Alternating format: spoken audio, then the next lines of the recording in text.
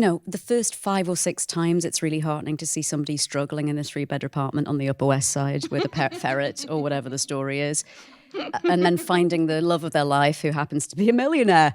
And the first couple of times you're like, oh, it's all going to work out, And we tell ourselves these stories because life's hard but actually we do tire of that, I think.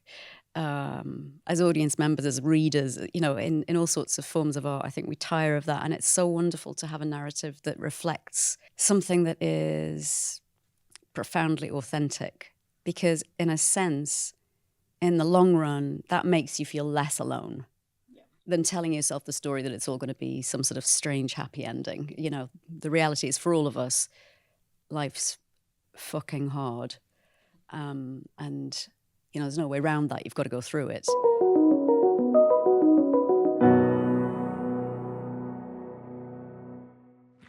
Well, I hope you all enjoyed what you saw, and get prepared for a lot of heartbreak.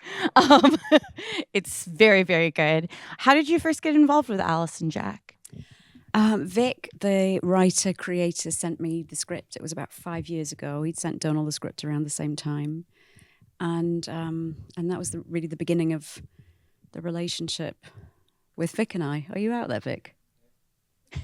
He should be up here talking about it. Donal didn't quite say yes at first, did he? But he came back with his tail between his legs about a year later. Couldn't stop thinking about it. And we've all produced it ever since. And we also have Richard Yee in the audience who produced it with us. Well, I've read a couple interviews that you worked very closely with Victor on kind of creating Alice. How was that collaboration process between the two of you? It was wonderful. I think it was more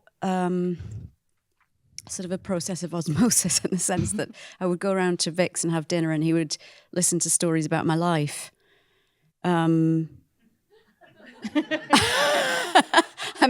We just got to know each other, didn't we? And then, and so the character, of course, developed in that way. I haven't actually had that experience before. I often play characters very far away from myself. And this was in some ways very close to me. My history is very different from Alice's, but my physicality is similar. My voice is about 5 miles down the road, the accent. And so all of those things I think Vic drew on, and the same with Donal, and just really absorbed those things, and they became part of Alice and Jack. Yeah. Well, and how did that feel for you? I know you mentioned that this character feels a little bit closer to home. How did that feel playing Alice in comparison to some of the other characters that you've played before? Psychologically really horrible, actually. Yeah, and confusing, because it's a strange thing to carry a story that is so unlike your own, or a history that's so unlike your own, with similarities that are so familiar, and it does become, I think, psychologically quite taxing after a while. That said, I'm so glad that we did it, and even to the point where I needed certain distance. So my voice is not exactly the same, and that might only be to my ear, but it's not exactly the same, and that gave me a sense of otherness and a chance to just go home and not drive my other half, Kareem, totally insane. Well, and you've worked with Donal before. How is it working with him again? And obviously, since you've worked together before, you already have like a really great relationship. And this obviously is a bit more of a difficult piece, considering the Alice and Jack's kind of back and forth throughout the series. I mean, time really is the lead character. Yeah. And with those breaks, they seem interminable. You can't even imagine that the break could be so long between these two people who are so magnetically pulled to each other, seeing one another. But such is life. It happens so often, doesn't it? And I think there's something very, Vic created something very touching and real and raw and authentic when he created that story. But Donal and I had that same estrangement, although it was very amicable. We worked together when we were in our 20s. We worked with Mark Romanek and made a film called Never Let Me Go. And we were partners in that. And then he played my brother in a film called Shadow Dancer, which is a film about a female who was an IRA member and bomber, and amongst other things. He played my brother in that, so not weird. And then after that, we again played partners here. So over the years, we've had this space from one another. But when I think about Donal, I can see him in his early 20s. You know, I can see him in his 40s. It's just the most beautiful thing to have that longevity with someone. We've known each other almost exactly the same time that Alice and Jack would have known each other. Wow, that's beautiful. What kinds of conversations did you guys have before filming in kind of and how you guys wanted to capture this very, elusive and raw and real and romantic relationship between these two people? That's a wonderful question, and it's always a question. Questions like this, which is so sort of perceptively academic, are always so difficult for me to answer, because I don't think we as actors are particularly good at being able to articulate. Even though we recognise tone, we're not great at articulating it or having any sort of objective relationship with it. So really, what happened was we had these years leading up to the shoot, and in that time it was set in different places. You know, it changed a little. We went right back to where we started. You know, it went through all sorts of different phases, and when it finally happened, it has lived in us for such a long time, which I always enjoy. I enjoy when I work on something, especially when I'm producing it as well as being in it. It gives you that sense of a real sense of ownership, I suppose, of the character and the story, and it becomes part of the fabric of your own life, really, your own consciousness. And then when it comes to happen, if you get the good fortune to have any rehearsal time, which we did, we had a good period of rehearsal. We really talked about the text, I think, more than anything. Jump in if I'm wrong, Vic. But we talked about, we were just asking, that was a time for us to ask Vic exactly what he was mining or attempting to mine, and how we could best tell that story. Mm-hmm. Well, and what was your own process for kind of preparing to play Alice? Because there's so many interesting shades of this character that I think are very beautiful and very tragic and very resilient. What was your rehearsal process with yourself to play Alice? I think, I'm sure I'm talking to loads of fellow actors, so I think that your process is really personal, in the sense that it's one of those things that if you share it, it sort of doesn't work. You know what I mean? Over the years, I sort of try and get better and better when I'm talking about things, at trying to explain exactly how it happened. But again, not great at it. But I think it's very personal, and the thing that let me say it this way, the thing that I felt very strongly about this piece when I first read it, because it came like perfection. There was the first episode and the final episode, and just some brief footnotes, essentially, of what might happen in between. And it was so beautiful. And I thought, how wonderful that a piece is being created that shows, in which somebody, namely Alice in this piece, who's had such a difficult past, is able to be the protagonist in her own love story, as wonky and imperfect as it is. And what that looks like often is that she needs to protect him a great deal from herself. Mm-hmm. And then sometimes she just cannot help but want to be near him, because she, like everybody, deserves love and wants it, as spicy as she can be. And so I thought that was it was courageous and brave of Vic to tell a story like that. And I think it's one that, when I talk to people afterwards, after screenings, and they seem to have had an experience that doesn't necessarily always sit well with them, but it's sort of changing in some way, and confusing, and it's familiar, and it's awkward, as love can be. Yeah. And it certainly doesn't look perfect. And a huge part of love is estrangement. I think that's something we don't, as a society, talk about enough, really. Yeah. I love that you said that because that was one thing when I watched the series. I was like, come on, just get it together, guys. I really want you to just be together.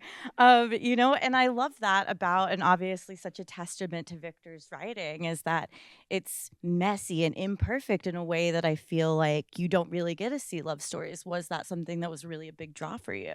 Absolutely. I think it's quite, the first 5 or 6 times it's really heartening to see somebody struggling in a 3-bed apartment on the Upper West Side with a ferret or whatever the story is, and then finding the love of their life who happens to be a millionaire.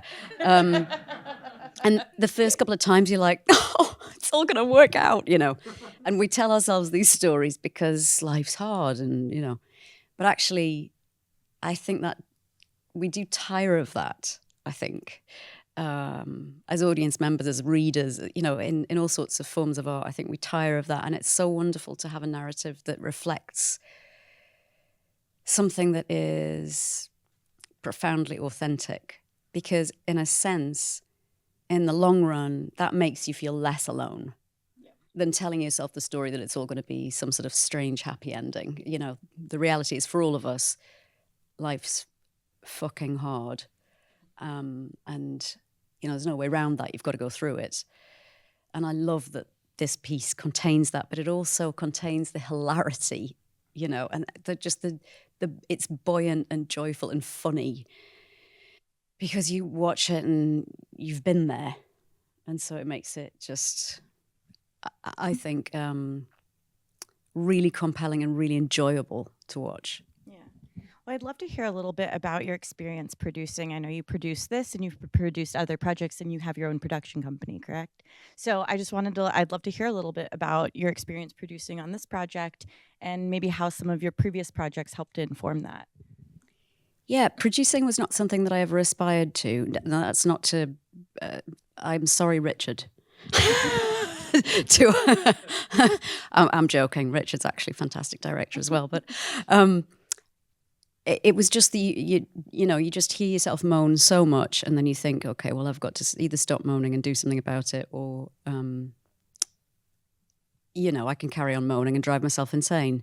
So about 12 years ago, I decided to start a production company, and I was just really interested in what might happen if you put a female crew. What would happen if there was what would happen on the screen if more of what was off the screen was just a bit more female identifying, perhaps. And it really changes what you put on the screen. So that was an interesting thing as a start. And we had great success with that film. The writer, director, Christina Cho, went on to win at Sundance. And that was a really heartening, and I produced it with Barbara Broccoli, who is obviously a titan. And so that was inspiring and heartening, and it felt like things could be possible. I think often as an actor, you feel a bit like you're floating around. I always use the poo in the toilet bowl analogy. But especially in my early 20s, I did feel like a floating poo, just like, pick me. You feel like there's simultaneous desperation and also you've just trained, so you're also really picky. It's a very strange place to be, desperation and discernment. But it's nice to then just, emerge as that triumphant poo from the toilet bowl and think, okay, I can have some agency here. I can't listen to myself moan about the way things are going anymore. And maybe if I'm part of it, if I'm complicit in a positive way, it can make a difference. And so I've been doing it for quite a while, mainly film. And this is the first episodic thing that I've done. And I've really, really enjoyed working with Vic and with Richard. Did you find that there was any sort of differences between producing TV or film, or not so much? Or it's colossal. I'm sure it was and I'm sure filming too is a lot different for you as well. Well, firstly, the model with anything episodic is completely different. So you shop it around to lots of different places, and everywhere says, "This is great. Could she be more likable?" And then. You end up having to change this beautiful kernel that you have that didn't need any alteration whatsoever. Whereas with film, you kind of, you have the script, and of course people say things like that, but you kind of have to persuade people to give you the money and then sell it afterwards. So it's kind of a different experience as a producer. But we were really fortunate to have brilliant partners on this who were so creatively supportive. There were lots of different companies involved, and no one large, omnipresent voice that made it impossible to be creative. So it was a really wonderful environment. So it very much felt like making a film to me. And also Yuho, who's an extraordinary independent filmmaker, and Hong Kao, again, an extraordinary independent filmmaker, both who've had great success. Because they're so cinematic, their language is so cinematic, it really felt like we were making a really extended film, I think, sometimes, for me anyway. Yeah. Well, and how was it it seems like the whole process was so collaborative. And I know you received this, the first script and the end script, and you kind of know where the story was going to go along the way.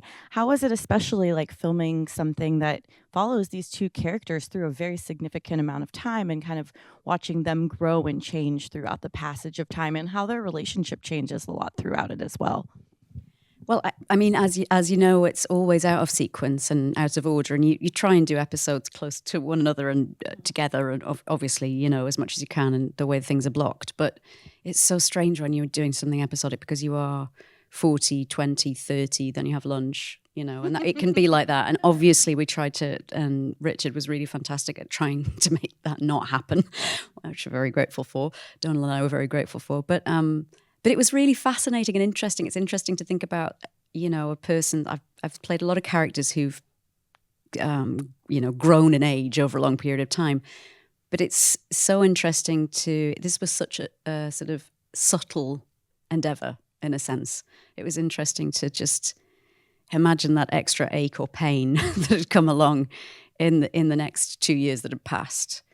And we were engaged in it, but we were so engaged with where we were in the story at each moment that's really what drove us. It came from the inside out. Yeah, I think that really comes across, especially from the two episodes everyone saw tonight. But I think the emotional growth that Alice has is just so tremendous from the beginning, as you'll see through the end of the season. What kind of conversations did you guys have, or how did you want to kind of embody that? Because I feel like it's physical, but not, I guess, in a lot of ways. And it's just it's very quiet in a very beautiful way. It's entirely physical. Yeah. I've had the great fortune to be both 20 and 40 now. And so I have first-hand experience of all the things that ache more, as does Donal. And very vivid memories of all of those times. But it's of course it's a challenge, but there's also a sense of ease, isn't there, about remembering those periods of your life. Even just thinking back to them makes you feel invigorated in a way physically that perhaps you don't feel right now. And then you think about being a little bit older and the same happens, it came naturally, I think, to both of us. Well, and I'd love to hear a little bit. I know you said your process is pretty personal, but the ways in which you pick characters, because I feel like you're such a chameleon in the work that you do. Everything from Mandy to Possessor to this are all so vastly different. What kinds of things attract you that you're looking for when you're picking a role? Oh, God, my process is personal. That seems very important. It's not that. It's just I'm crap at talking about it, is the better way of saying it. But it is personal, yes. But, it's also because I'm just not that great at talking about it. But in terms of picking roles, there are lots of... I try and not make any decisions born out of fear, which I think is very important. There are other ways of, earning a living as well. And... I've always even, I didn't have anything to fall back on when I came out of drama school, and, I had no other, I could have done other things, but I didn't have any sort of financial help or fallback plan or anything like that. But something stupid in me was really set on wanting to truly love everything that I was doing, or to at least attempt to deeply, deeply connect with it. And I think you feel it in your gut when you want to, when you want to explore something, or you've got something that you feel like you can contribute to. And so it's always different. There's no rule book. It's totally spontaneous. Bless you. And it's really interesting, especially with up and coming filmmakers, and some of whom you get to really watch their career grow in amazing ways. It's amazing to see new pieces of work and innovation. I'm always so excited by that. Well, I know everyone only saw the first 2 episodes. Can you give any sort of like little hints about what to expect throughout the 6-episode series? I think a love well lived, really. Bumpy, imperfect, complicated, true to life, funny, total mess, and and for all of those reasons, really compelling. And I hope that's how you feel about the rest of it. I think their story is a true love story, and as any true love story is, this one just looks this way, and it's very special. Vic's created something very special. I know we have a lot of actors and other professionals in the crowd tonight. What is a piece of advice that someone has given you that you've carried throughout your career?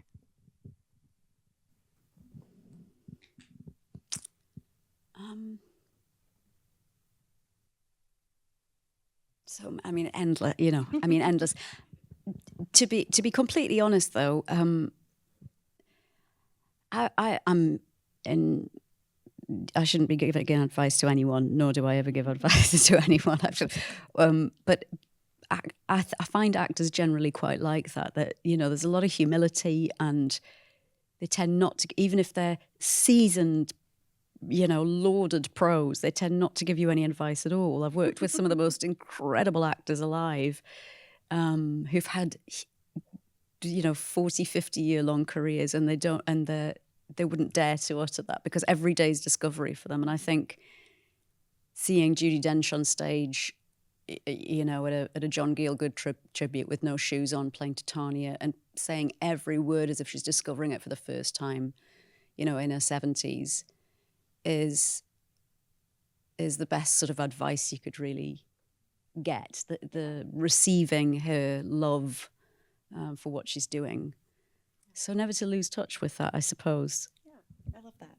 Well, we don't have any more time, but everyone thank Andrea so much for joining us today. Thank you. And everyone, please tell everyone Alice and Jack. There's much more. You really need to watch it to the end. Thank you, everyone, for joining us tonight, and thank her. Thank you.